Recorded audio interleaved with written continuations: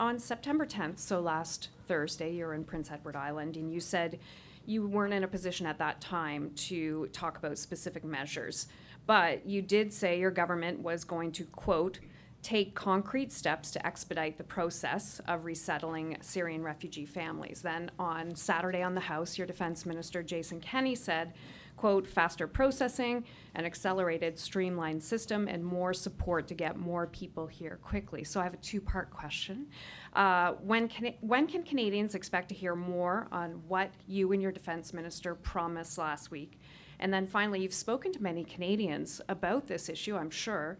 Do you think Canadians want more Syrian refugees here in Canada?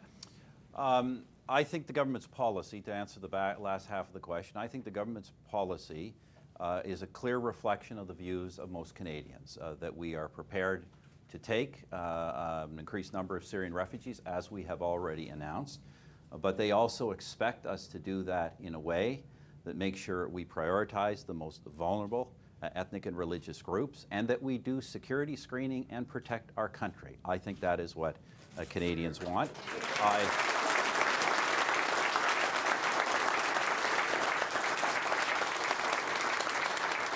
I think Canadians also understand that we cannot even come close to dealing with this problem through refugee policy alone.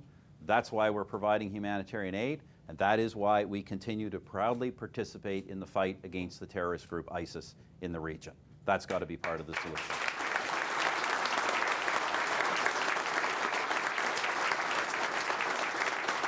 So we have announced an increased number.